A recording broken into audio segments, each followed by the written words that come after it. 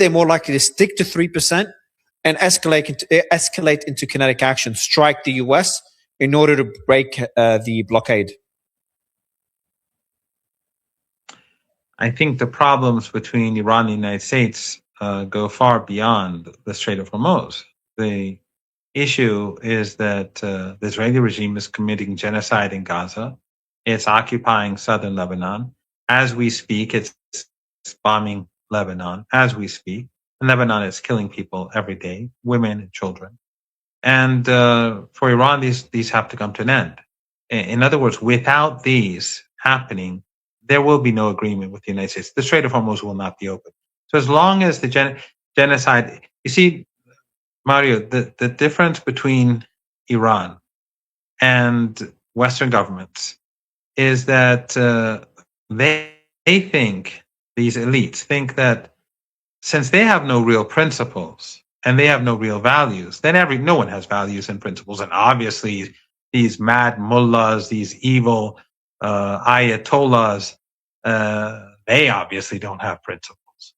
So it's all cynical to them.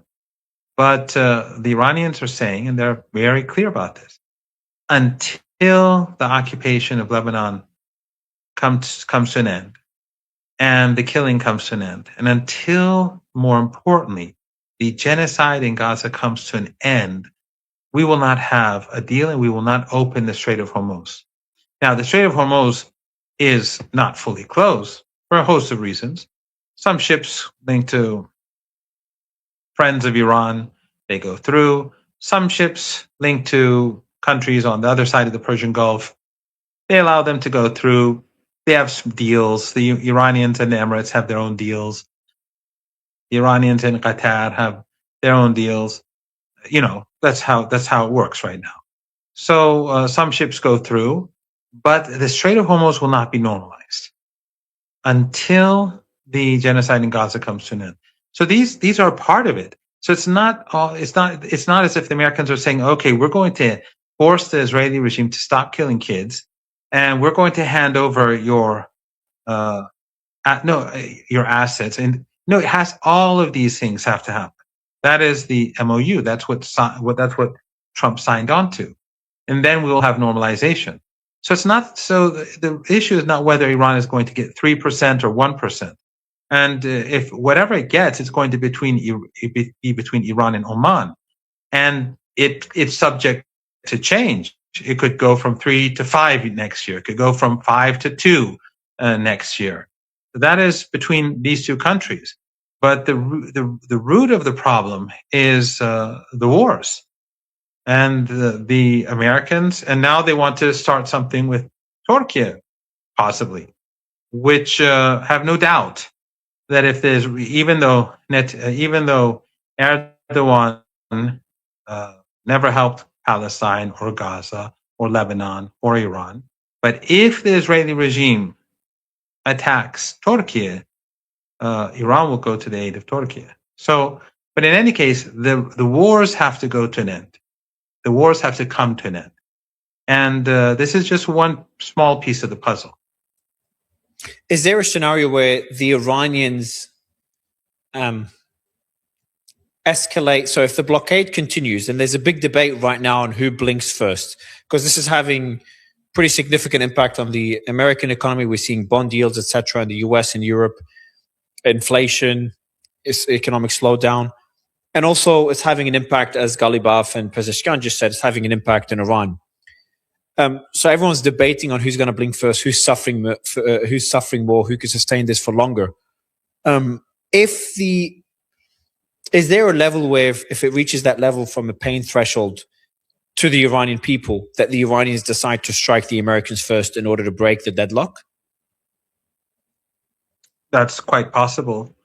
Or that the Iranians would start striking the proxies of the United States in the region. All of that is possible. Remember, we don't have a ceasefire. We're at war. And the United States is waging siege warfare.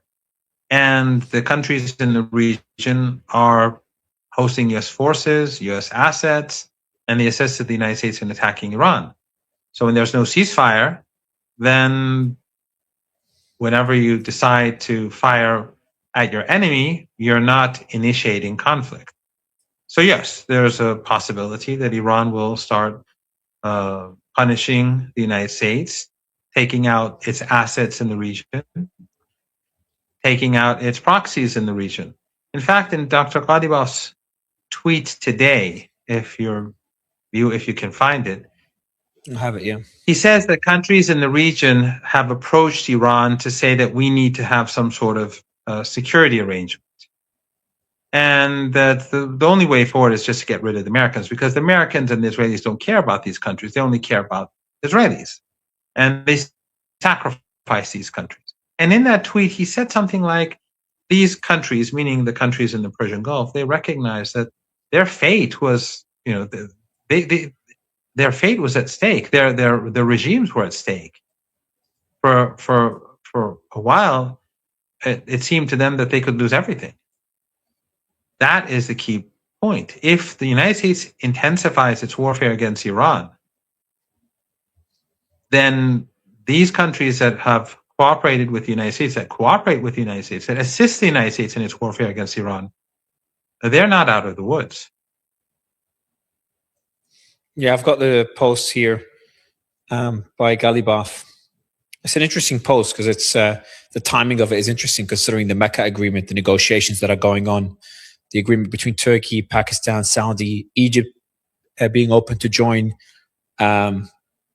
Bangladesh today said that they could join. Syria yesterday said they could join. That's a middle finger to Israel there. It's a pretty significant developments after the strike on Syria by Israel. So this is Ghalibaf saying, we've received numerous messages from neighboring countries about shaping new security arrangements and economic cooperation in the region. The US put security of every single one of its allies at such risk through bullying and pure disregard for their interests for the sake of Israel that they briefly saw their entire existence on the line. A homegrown independent order is what will actually deliver peace and security. I know I have another thing I want to ask you about, and I know this is you speaking, this is your personal opinion, speaking on the behalf of the government. You don't have access to any classified information. I'm very confident that the Iranians fired the missiles at the UAE. I'm not surprised, during negotiations, these things happen.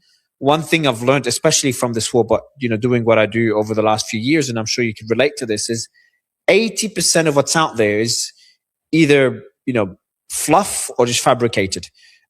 Usually what matters the most, what happens behind the scenes, and we don't know about it.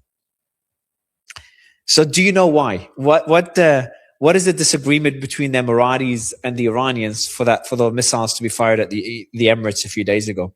I'm just really fascinated to know why. I haven't found out yet. Iran did not fire 2 missiles at the Emirates.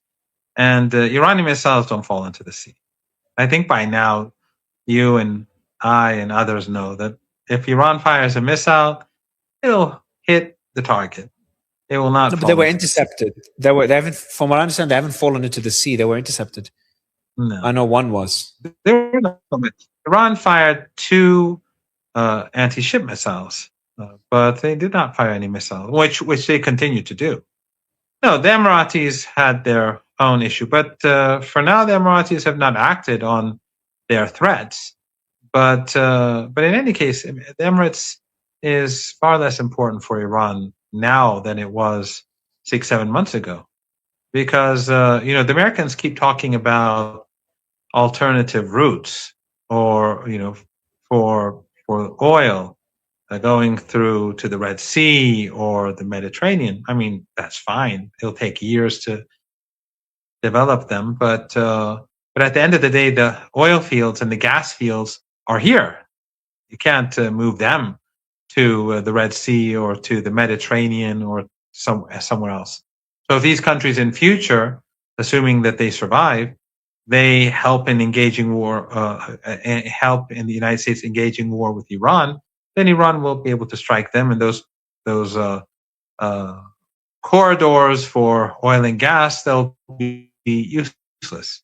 But what has happened actually is that Iran's corridors are being swiftly developed through Central Asia, through Afghanistan, through Pakistan, through the Caspian Sea, and through the Caucasus. So, and Iran is not like Saudi Arabia or the Emirates or Bahrain or Qatar or Kuwait.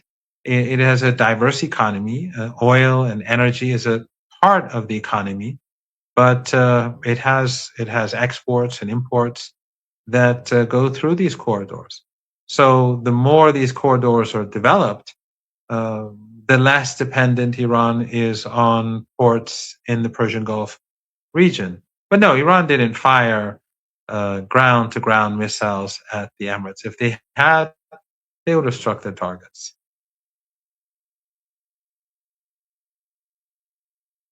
So many missiles were intercepted. The majority of missiles during the war were intercepted. So there is a possibility that missiles were fired. I know you don't believe it. Missiles were fired at the UAE.